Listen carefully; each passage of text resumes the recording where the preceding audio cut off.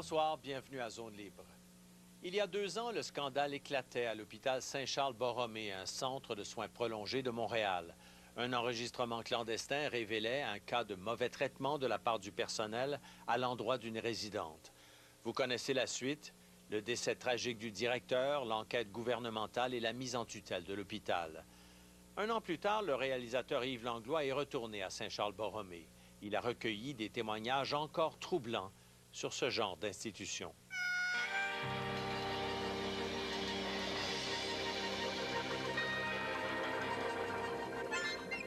Pour moi, c'est comme le dernier recours, la place où je veux fuir là, le plus longtemps possible, puis que peut-être qu'un jour, on va me ramasser pareil. T'sais. Toutes les actions, on a fait ça d'habitude. Un scandale qui avait bouleversé tout le pays. Nous sommes revenus pour constater la situation 1 an plus tard. Mais auparavant, retournons 1 année en arrière pour revoir et entendre ce qui avait déclenché la crise. Je savais que ça a été la pire journée à la fête. Elle a crié comme une folle aujourd'hui à la fête de la gueule. Il y a un gars qui regarde sur la fenêtre, je sais pas. Pas tant cochon ou cochon, vicieux. Il jouait son pénis dans le plein comme ça. Un cochon. Oh, cochon, va dire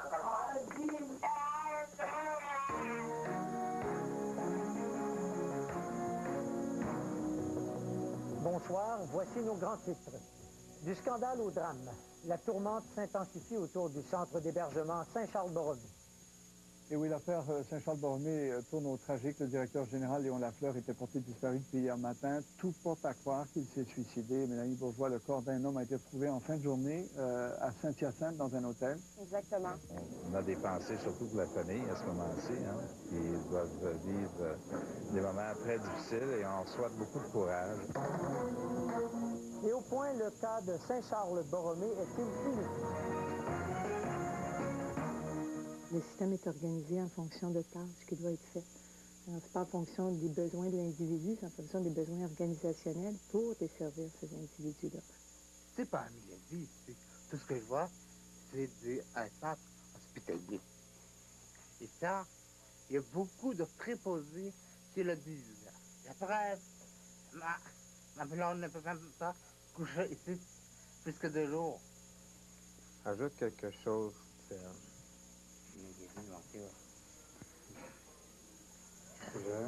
Je peux pas. Tu peux pas? Est-ce que tu oses pas ou tu peux pas?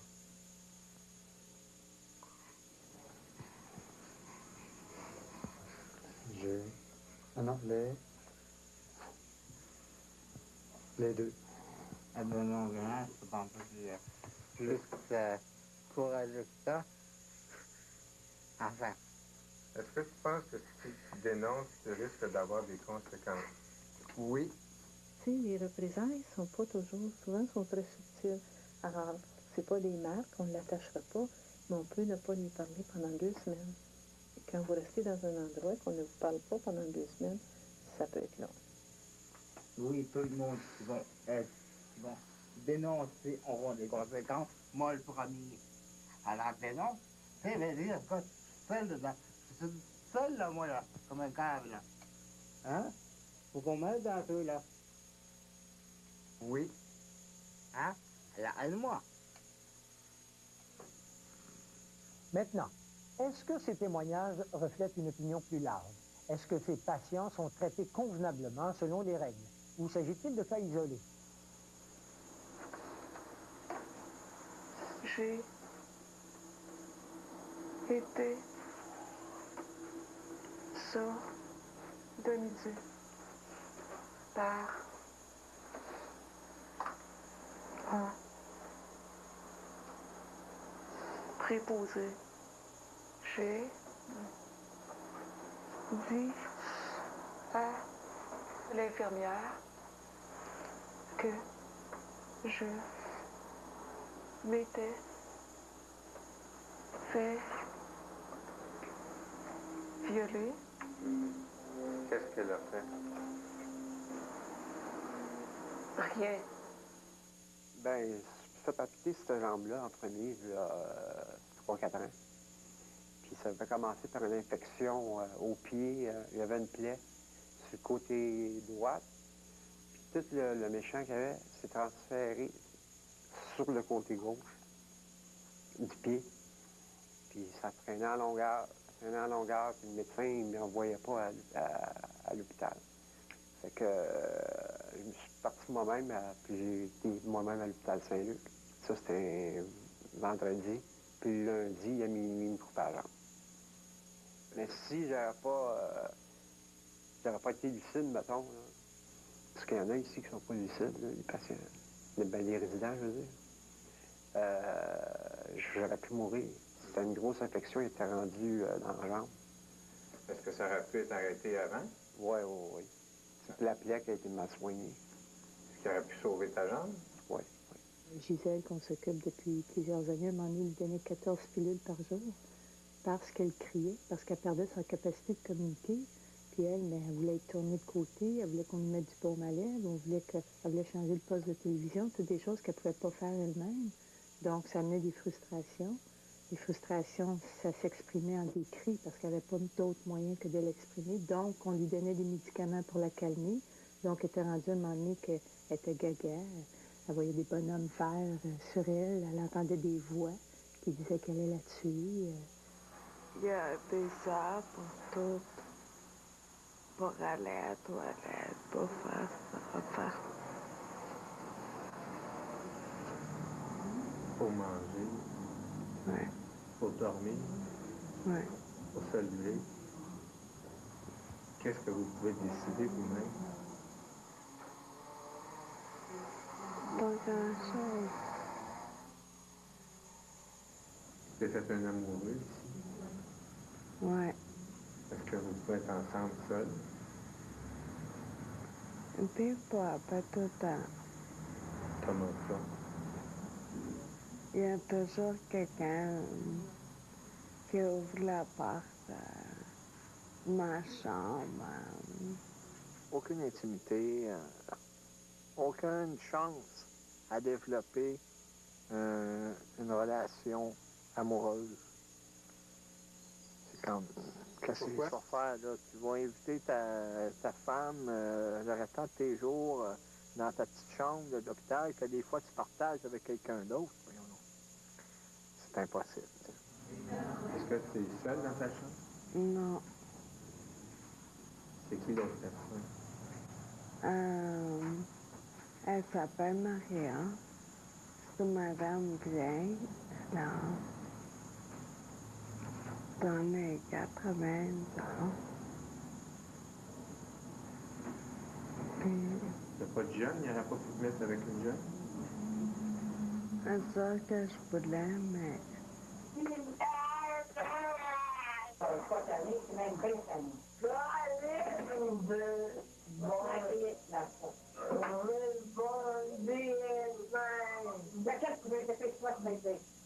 D'abord, nos excuses à cette personne-là de la part de l'ensemble du réseau de la santé, à sa famille également.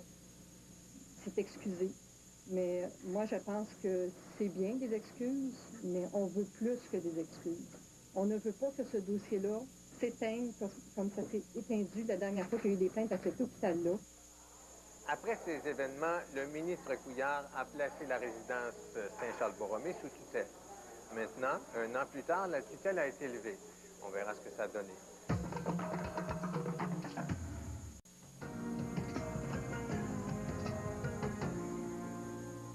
Contrairement aux autres personnes qui sont ici, Éric Desrosiers et moi, nous n'habitons pas Saint-Charles-Borromée, mais ça peut nous arriver, comme à n'importe qui. Pour éviter cette éventualité, Éric a entrepris une démarche très particulière. J'ai moi-même une maladie évolutive, mais je peux encore rester en appartement par chance. Éventuellement, par contre, je vais devoir aller vivre en résidence. C'est pour ça que j'ai décidé de faire une marche en fauteuil roulant de 5 jours pour réclamer au ministre des résidences plus appropriées et en même temps sensibiliser les médias à notre cause. On va parler à l'instant même à un homme qui est en train d'accomplir quelque chose d'assez étonnant. On a avec nous Éric Desrosiers. Bonjour, M. Desrosiers. Oui, bonjour, monsieur. Oui, alors vous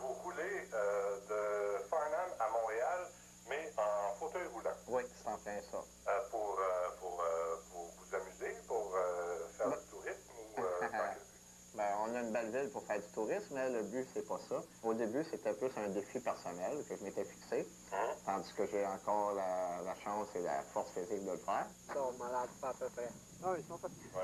Et puis aussi, j'ai voulu continuer l'œuvre de mon ami Claude Messier, qui est décédé l'hiver passé, malheureusement. C'est un peu pour ça qu'on part de Farnham, parce que c'est là que Claude a fait son dernier coup d'éclat, en fait, de lancer son livre là-bas. Et puis il a fait un saut en parachute aussi, malgré ses limitations physiques. Vous faites ça, mais pour attirer l'attention sur quoi? En fait, on veut se partir une petite résidence où on serait 8 ou 10 usagers, puis qu'on serait autonome de notre propre vie, qu'on pourrait gérer nos services, gérer notre horaire, gérer l'épicerie qu'on veut manger, quelque chose de plus humain, plus personnalisé. Plutôt qu'être dans un centre comme, je sais pas, Saint-Charles-Borromée. On avait monté une espèce de comité pour réussir à se trouver un endroit où aller pour avoir peut-être 12 personnes qui soient ensemble et qu'on puisse avoir des services 24 heures sur 24. Est-ce que ça a fonctionné? Ça n'a pas fonctionné parce que c'est tellement difficile de première des choses, d'avoir des contacts avec le gouvernement. C'est de frapper à plusieurs portes. Bien des fois, la porte ne s'ouvre même pas. Là. Ils nous ont tous dit qu'ils ont de la difficulté à trouver une porte d'entrée pour du financement à votre ministère. Mais il existe, je veux les rassurer, ils peuvent communiquer, on est très ouverts. Il y a un document qui est public qui s'appelle Projet novateur pour un meilleur partenariat dans les soins aux personnes en perte d'autonomie. C'est disponible, publié, les gens peuvent le consulter, présenter des projets. On accueille avec beaucoup d'intérêt des projets qui nous seraient présentés de ce type-là. Oui, bonjour. J'appelle pour avoir de l'information au sujet du projet novateur. Après que le ministre de la Santé ait placé sous tutelle Saint-Charles-Borromée, des groupes d'experts comme l'Ordre des infirmiers et des infirmières du Québec ont entrepris une enquête qui a duré plusieurs mois. La présidente de l'Ordre nous en parle. Ils sont allés sur place, ils ont interviewé des infirmières, ils ont rencontré des patients, des représentants des usagers. Enfin, ils ont fait tout ce qu'une enquête exige. Ils sont allés jour, soir, nuit. Et leur conclusion, c'est qu'il y avait des lacunes importantes du côté des soins, un problème d'encadrement majeur, un climat organisationnel très précaire et aussi une dérive dans la notion de milieu de vie. Oui, je suis au service d'information. La moyenne d'âge chez nous est de 30 ans inférieure à la moyenne dans les CHSLD. Hein? Et il y a un nombre très, très grand de résidents qui sont en bas de 45. Alors, c'est tout... Alors, une nouvelle clientèle, jeune, qui veut vivre, qui est pleine d'énergie, qui a toute sa tête. Très souvent, on a des gens avec des problèmes de comportement, et handicapés lourdement. Alors, évidemment, c'est pas la même chose de donner des services à une clientèle comme celle-là. Et en même temps, quelqu'un qui dit, écoutez, vous êtes chez vous, là, ici. Pouvez-vous nous parler du concept des troubles de comportement ou du comportement perturbateur chez les résidents? Je vous en parlerai pas au point de vue scientifique. Je vous en parlerai un peu au point de vue humain, au point de vue surtout du mot perturbateur. Puis, il y a une chose qui m'avait frappé beaucoup, c'était qu'après avoir qualifié des résidents de perturbateurs, on s'est mis à qualifier leur famille, quand leur famille intervenait pour eux. Et là, ça m'indiquait qu'on qualifie de perturbateur, comme le mot l'indique, ce qui nous dérange. Ça n'est pas une propriété du résident, c'est plutôt quelque chose qui nous décrit nous, puisque c'est nous que ça dérange. Appelez au service documentaire. Il y a certains résidents qui, à l'occasion, se sentent presque gênés de demander, de peur de déranger. Puis ça, c'est un sentiment qui n'est pas agréable à vivre pour le résident. Je pense qu'il y a des gens qui accueillent facilement des demandes, puis qui sont vraiment à leur place. Puis d'autres personnes que c'est plus difficile d'aller chercher cet élément-là de collaboration-là. Oui, je suis au service à la population. Est-ce que vous avez constaté des fonctionnements inappropriés de la part de vos membres? Oui, oui. On a été déçus quand même de voir, c'est pas un reproche, c'est pas un blâme, mais on a été déçus de voir le niveau de qualité des soins infirmiers. Il faut que j'appelle au programme des personnes âgées. Merci beaucoup. J'ai vu l'autre jour une coupure de presse de 1971 sur Saint-Charles-Borromée. Écoutez, c'est incroyable. On lit la coupure de presse, on a l'impression de se retrouver en 2003. Exactement les mêmes constats, les mêmes problèmes. Et je pense que cette déviation par rapport à la véritable nature des gens qui sont à Saint-Charles-Borromée s'est faite progressivement au cours des années. Elle a mené à l'émergence dans l'institution d'une sorte de culture spécifique qui, de toute évidence, n'était pas dans la bonne direction. Il était important de poser un geste d'autorité, ce qu'on a fait avec la mise en tutelle. Quel a été le mandat que vous a remis le ministre à ce moment-là? Alors, M. Couillard m'a demandé d'assumer l'administration provisoire du CHSLD Centre-Ville. À ce moment-là, j'ai décidé d'assumer la fonction du conseil et la direction générale simultanément. Oui, bonjour. J'aimerais parler à Marie Montpetit, s'il vous plaît. Le ministre de la Santé a mis un tuteur pour que la situation se rétablisse. Est-ce que ça s'est rétabli? Non, absolument pas. Puis le tuteur, là, premièrement, je ne l'ai jamais vu sur les étages. Il n'est jamais venu nous voir dans nos chambres ou nous demander qu'est-ce qui se passait, si on était bien ou si on n'était pas bien. On ne l'a jamais vu. Tout ce qu'il a rencontré, c'est le personnel. Il a rencontré le personnel. Le personnel, ils disent bien ce qu'ils veulent. Vous ne connaissez pas ça, vous non plus. C'est bien, ça fait déjà 4 places que j'appelle, puis il n'y a personne qui connaît ça. Quand l'exécutif du syndicat a rencontré M. Vincent, M. Vincent vous pose la question, quel diagnostic faites-vous de Saint-Charles? Et on est parti d'une discussion, on était 2h30 à discuter avec lui. Et je me souviens qu'il a dit quelque chose. Il dit, vous savez, vous êtes avant tout des intervenants. Vous n'êtes pas des amis. Être des intervenants, ça signifie qu'il faut que vous gardiez une certaine distance vis-à-vis du résident. C'est-à-dire la distance thérapeutique. C'est une notion qui tend à disparaître, heureusement, parce que il fut un temps où les soignants n'avaient pas droit à l'empathie, n'avaient pas le droit d'être des êtres humains auprès des personnes dont ils prenaient soin. Et peut-être par peur de dérapage, parce que ça se peut que des dérapages existent, peut-être que dans certains milieux, on ne s'autorise pas encore une maturité de relation. Mais la relation professionnelle basée sur une distance pour protéger l'intervenant, je pense que c'est moins à la mode qu'avant, heureusement. Là. Pour certains résidents, en fait, les intervenants, ce sont les seules personnes avec qui ils ont des relations. Oui. Un an plus tard, qu'est-ce qui a changé à Saint-Charles-Borromée? Un an plus tard, il y a beaucoup de choses qui ont changé. D'abord, à partir des constats qui ont été faits, tant au niveau clinique qu'au niveau de gestion, les leviers cliniques que l'organisation s'est donné par la création ou par le fait qu'on ait comblé les postes de direction des résidences par des cliniciens, qu'on ait créé des postes au niveau de la direction des services professionnels et aussi au niveau de la direction des ressources humaines, où là, on a consolidé les orientations très précises en matière de développement de compétences, de recrutement, d'évaluation, les différents programmes qui ont été mis en place pour réévaluer le rôle et les responsabilités de chaque intervenant dans l'organisation, nous permet de dire que oui, il y a eu virage important, il y a eu amélioration importante de services, mais nous sommes en processus d'amélioration continue, il faut bien le comprendre. Le centre de réadaptation du Bruno, d'accord, je vais essayer ça. Je vous remercie beaucoup.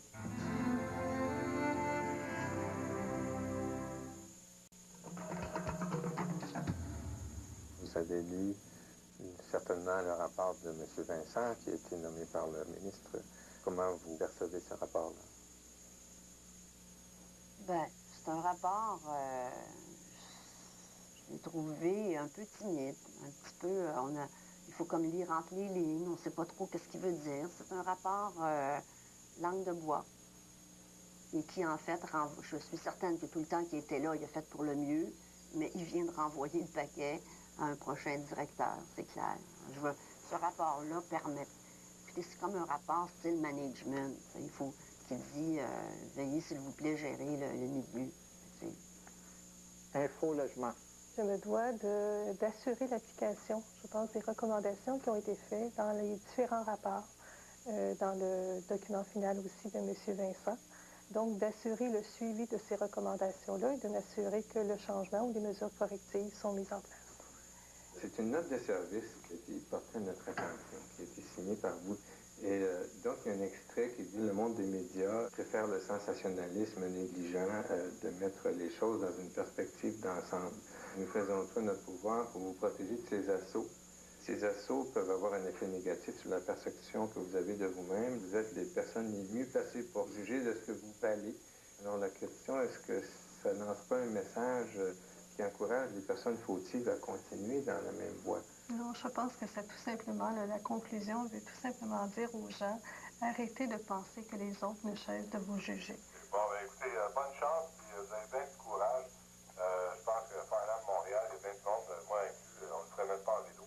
Fait que, bravo à Éric. Ben, merci, et puis je voudrais en profiter aussi pour inviter toutes les personnes handicapées, en fauteuil roulant ou pas, qui veulent se joindre à nous.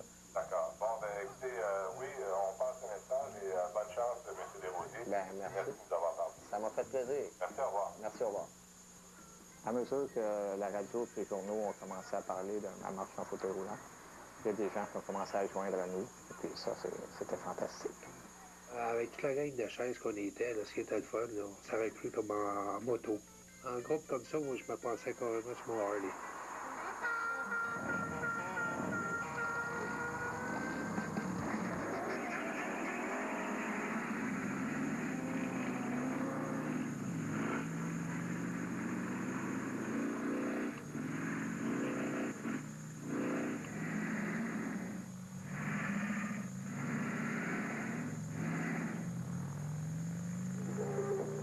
Jacqueline Betchimol. D'accord, et puis je peux lui parler maintenant? Lundi. Bon, OK, je vais rappeler. Je vous remercie beaucoup. Comment vous pouvez décrire l'évolution qu'il y a eu à partir, bon, avant la crise, après la crise et jusqu'à maintenant? C'est drôle que vous me posiez cette question-là parce que c'est une des questions que j'ai posées à beaucoup de résidents ces derniers temps. Puis la plupart des résidents me disaient qu'il n'y avait pas eu grand changement. En tout cas, pas de changement probant, là. Notable. Oui, c'est ça. Et qu'est-ce qu'ils en pensent? Bien, à quelque part, ils espèrent. Ils continuent d'espérer qu'il y ait des changements probants. Puis, ils espèrent toujours que la notion de milieu de vie s'actualise, se matérialise. Je pourrais pas l'indiquer avec l'autre. Je vais prendre le relais. Bonjour, j'aimerais avoir de l'information au sujet du programme Novateur. C'est rendu plus sévère que c'était. Ça passe. On n'a plus le droit de rien faire. C'est assez détérioré. Je suis obligé de changer de chambre encore. Là.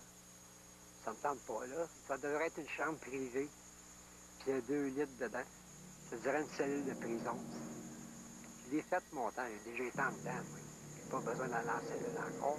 Je suis pas d'accord pendant tout avec ce déménagement-là.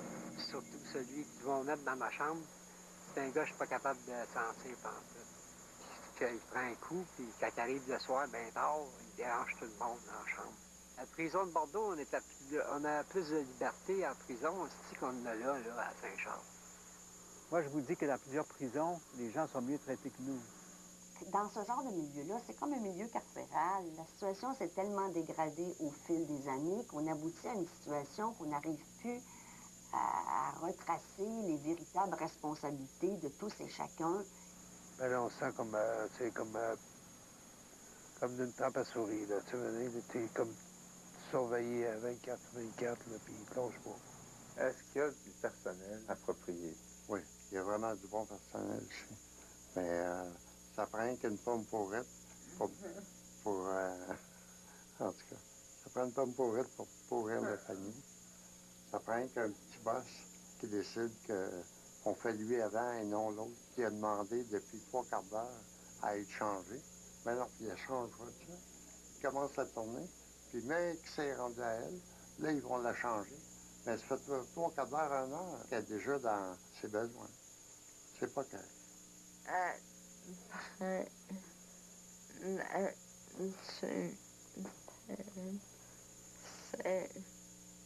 pense améliorer du tout. Avant, on pouvait avoir nos amis jusqu'aux heures qu'on voulait dans nos chambres, sans qu'ils soit que le monde alentour de nous autres nous entende.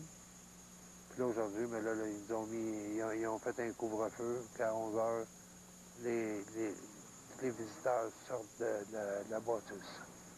Mon chum, il n'a pas le droit de coucher ici. Puis l'heure de visite, c'est jusqu'à 11 heures. Je trouve ça plate. Pourquoi limiter les heures de visite? Je comprends pas. Ils se mêlent de nos vies. C'est inimaginable. Ils n'ont pas d'affaire à faire ça. Mais pas en tout. Juste le fait de mettre un règlement sur les heures de visite, ça ne va pas avec un milieu de vie, ça va avec un milieu de soins. C'est bien métable. Il y a des choix qui sont faits là. Tout le monde le dit aussi, à gauche, à droite, ceux qui ont examiné la situation à Saint-Charles. On dit, bien écoutez, il faut particulariser la clientèle de Saint-Charles parce qu'ils ont des besoins particuliers. Il faut que les soins soient organisés d'une manière particulière. Il faut redéfinir l'approche avec la clientèle de cet établissement-là. Donc, il faut qu'on particularise Saint-Charles. Or, on fait exactement le contraire. On est parti dans la direction opposée. En tout cas, moi, j'ai une chambre seule, je barre ma porte, je tire le rideau, puis je plains bien celui qui va venir débarrer la porte pour venir mettre soit ma fille dehors, ou ma blonde dehors, ou ma visite dehors. C'est là que ça va se passer. S'il faut, on va appeler la police, on fait un rapport, puis on va y aller à la cour s'ils veulent y aller à la cour. Moi, je suis prêt à tout faire. Puis on est quelques-uns, là, on est bien écœurés. Puis ça fait 1 an que ça dure. On endure, on attend. Ils disent qu'il va y avoir du changement. Il n'y en a pas de changement. C'est pas encore pire que c'était. Il manque de personnel, il manque de personnel. C'est ce qu'ils nous disent. Mais qu'ils en mettent du personnel. Comme de nuit, ils sont 2. Puis ils ont 1h30 de break chaque. Fait que pendant 3 heures de temps, dans la nuit, on est à la merci d'un préposé. Si ce préposé-là, c'est un remplaçant d'agence, il ne nous connaît même pas. Fait que lui, là, il est en charge de 34 résidents la nuit. Je ne sais pas s'il est au courant qu'il est en charge, là, mais nous autres, c'est vraiment dangereux pour nous autres. Appelez au FCHQ. D'accord, madame. Ils m'ont envoyé à Saint-Charles-Borromée parce qu'ils m'ont dit que là-bas, ils auraient le temps et ils avaient l'expérience de faire marcher les gens.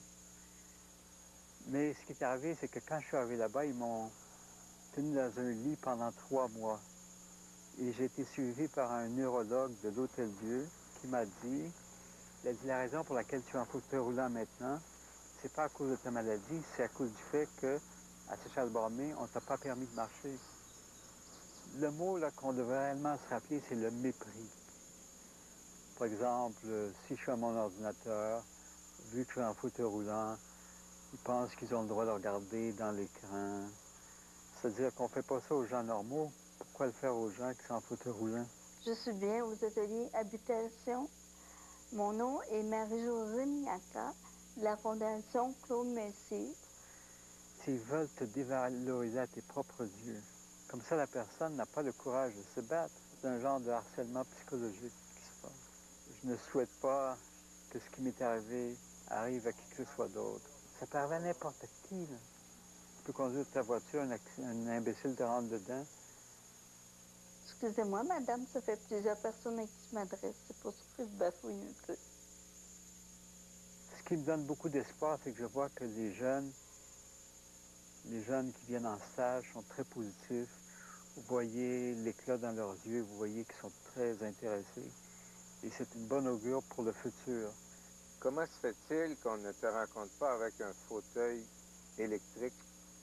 Parce qu'elle m'a confisqué mon fauteuil pour un mois. Parce que j'ai sorti puis je ne l'ai pas dit. Et donc, il faut demander pour sortir. Ouais. Et si vous n'avez pas demandé, vous pouvez être puni comme un enfant. Ouais. Moi, j'ai une institution pour pouvoir faire des choses à l'extérieur de la place. C'est pour avoir les services. Mais quand on entre là, c'est pas leur façon de voir. Quand on rentre là, c'est pour se laisser mourir. On va se faire mourir, ni plus ni moins. Il y a plusieurs institutions comme ça? Oh oui, beaucoup, énormément, parce que c'est un peu une mentalité. C'est que la personne qui rentre là n'a pas le droit de vouloir faire des choses. C'est comme si vraiment, il faut être là, regarder le plafond et attendre que la journée passe. Ça n'a aucun sens. Saint-Charles-Borromée, c'est une micro-société.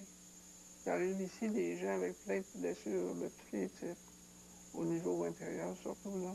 En plus du handicap ou de l'accident qui les a amenés ici. Ça nous permet de mieux comprendre aussi des fois les impatiences des résidents. Ne serait-ce que de la part d'un résident qui veut demander un service. C'est important de se sentir accueilli.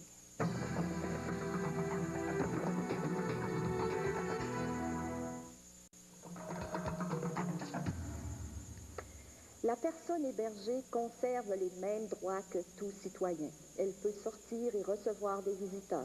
Elle peut refuser un traitement ou un service. Elle a droit à ses opinions, à ses croyances, à son intimité. Elle a le droit de ne pas plaire à tout le monde et sans en subir de représailles.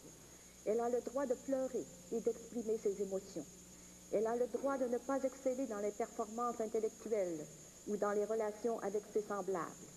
Elle a le droit d'avoir l'éducation qu'elle a, le passé qu'elle a, le présent tel qu'elle essaie de le traverser.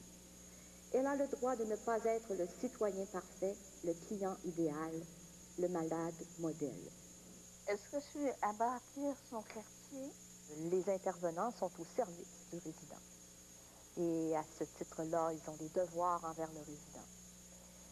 Et le résident, lui, n'a pas d'autres devoirs envers le personnel que les simples devoirs de citoyen envers un autre citoyen. Parce que le résident, lui, ne s'est pas engagé à offrir un service au personnel.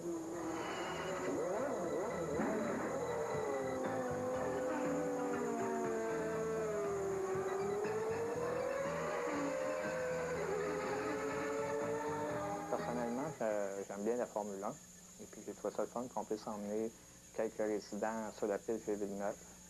En même temps, ben, je me suis rendu compte qu'il y en avait qui n'avaient pas la possibilité de s'amuser tellement souvent.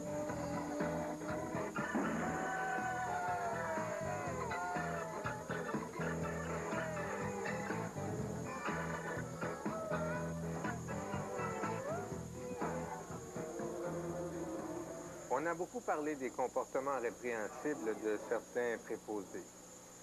Mais on s'est demandé, c'est quoi un bon préposé? Claude Metier, qui a été résident ici durant 14 ans, nous parlait souvent de Richard, un préposé qu'il aimait beaucoup. Nous sommes venus le rencontrer. Alors, nous sommes avec M. Richard Vaudry, préposé célèbre à Saint-Charles-Borromée. Vous êtes là depuis combien de temps? Depuis 22 ans à Saint-Charles-Borromée. 23 ans, oui. C'est une vocation? Il faut aimer ça. C'est une vocation, mais il faut avant tout aimer ça. Et vous aimez ça? Oui, j'aime ça encore, absolument.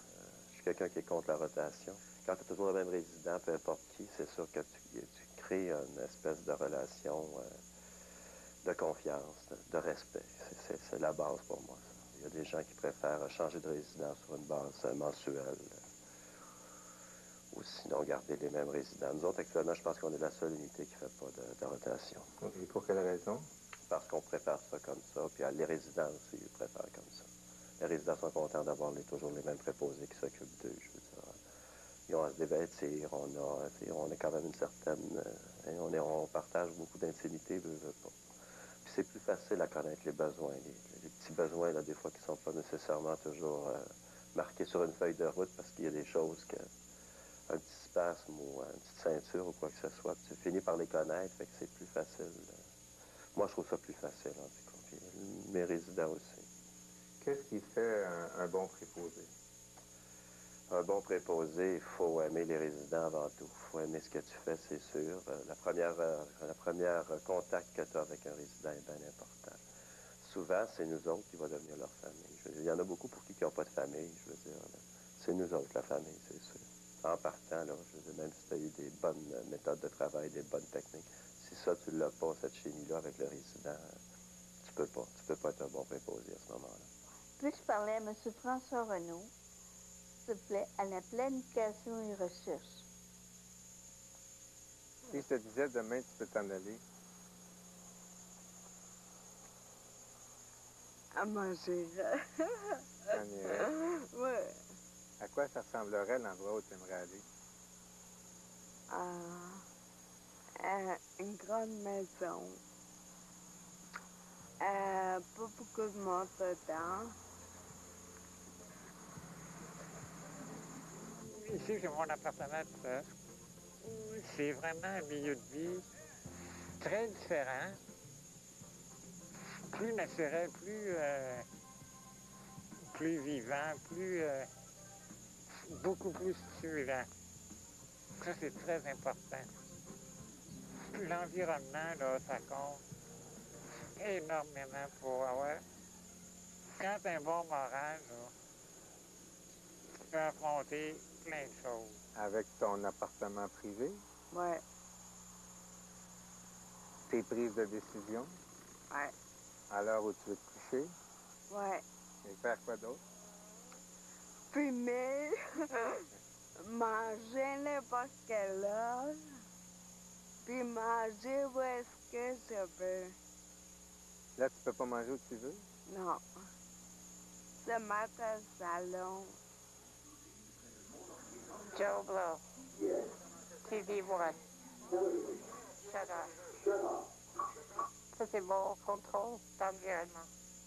Avec ça, je peux contrôler les lumières, la porte, mon ordinateur, mon système de son, mon vidéo, tout.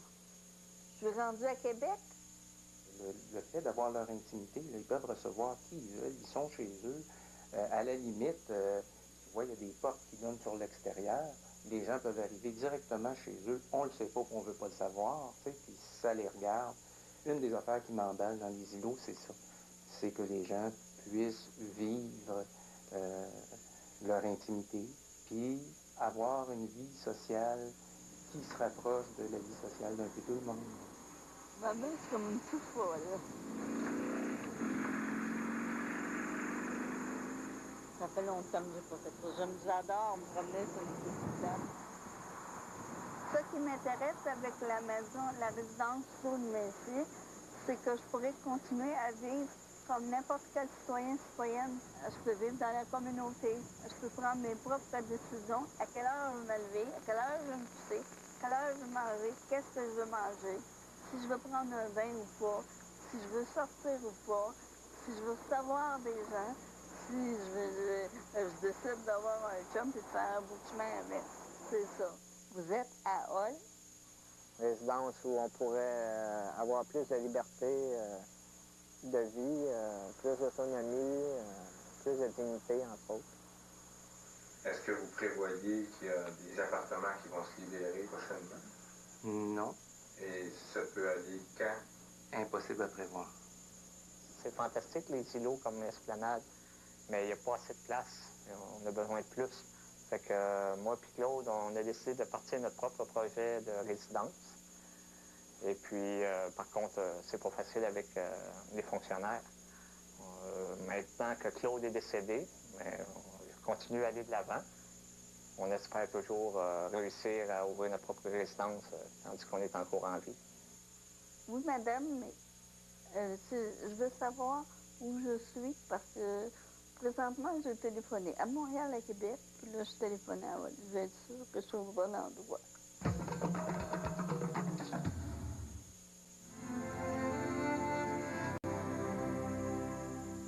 Moi, je pense que ce serait très important que le gouvernement investisse de plus en plus dans des espèces, ce qu'on appelle des îlots de groupe, pour que les gens puissent rester à domicile et avoir des services 24 heures. C'est un milieu qui est naturel.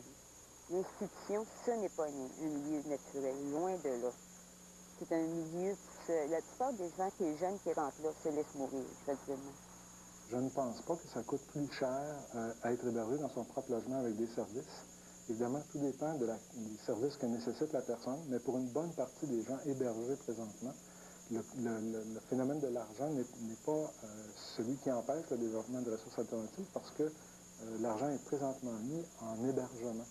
Bonjour, je suis bien avec Mme Kathleen Paquette, des projets novateurs. Oh, madame, que je suis heureuse de vous parler. Ça a pris 2 semaines de travail pour être capable de vous parler à vous. En général, c'est beaucoup plus facile de garder un milieu qui est plus humain, qui ressemble plus à la vie normale à l'extérieur d'une institution. Il y a d'ailleurs des expériences qui ont été faites, qui ont été positives, qui ont consisté à créer des mini-milieux dans une grande institution. Comme si on faisait une petite maison à l'intérieur de la grande. Ça permet de nous débarrasser de carcans qu'on s'était donnés parce que c'était devenu trop gros. J'ai moi aussi besoin d'aide à domicile. Et si je ne trouve pas une ressource résidentielle sous peu, je devrais peut-être retourner moi aussi en centre hospitalier en soins prolongés. Tu bosses quand on les poigne à pleine vitesse. On les sent.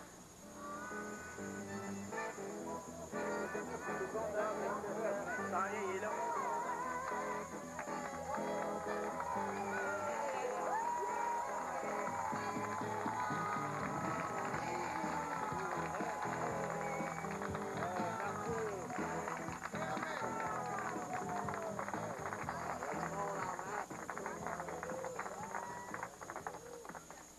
J'ai entendu par hasard il y a quelques jours une conversation entre une préposée et un résident.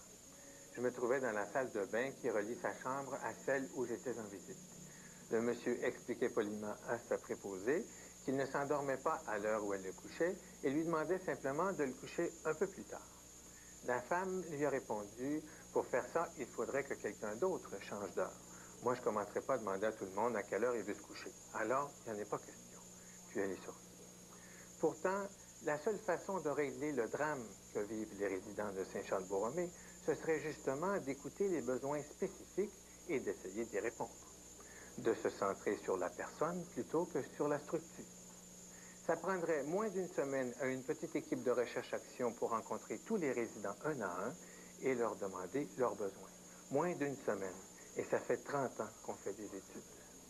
Puis, comme ce sont des besoins changeants, il faudrait répéter l'exercice régulièrement et faire des ajustements, comme dans tous les milieux de vie. Il faudrait en fait que ça devienne la nouvelle culture institutionnelle.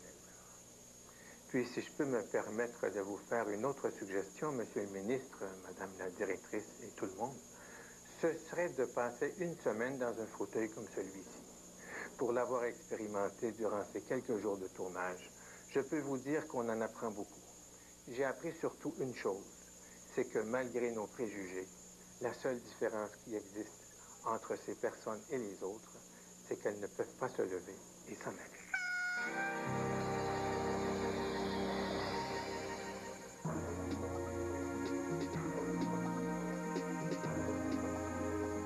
Puis finalement, c'est là que c'est arrivé. J'étais sûr que j'étais mort ce soir. C'est là que ça a commencé. C'est là que j'étais mort. Là, je vais juste avertir, là, je vais utiliser la cloueuse. Il me le dit parce que des fois, je m'en vais m'enfermer dans la maison quand ça arrive.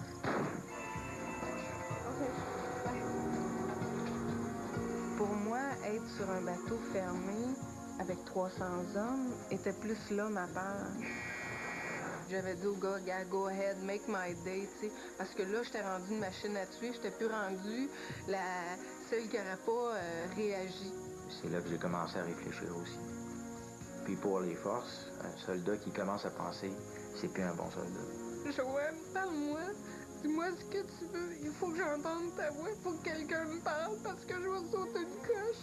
Je me ferme les yeux. Je vois que je m'en vais avec mon char, que je suis seule, que j'arrête dans le bois, que je me tranche les veines, puis je me laisse mourir là, puis personne ne me retrouve.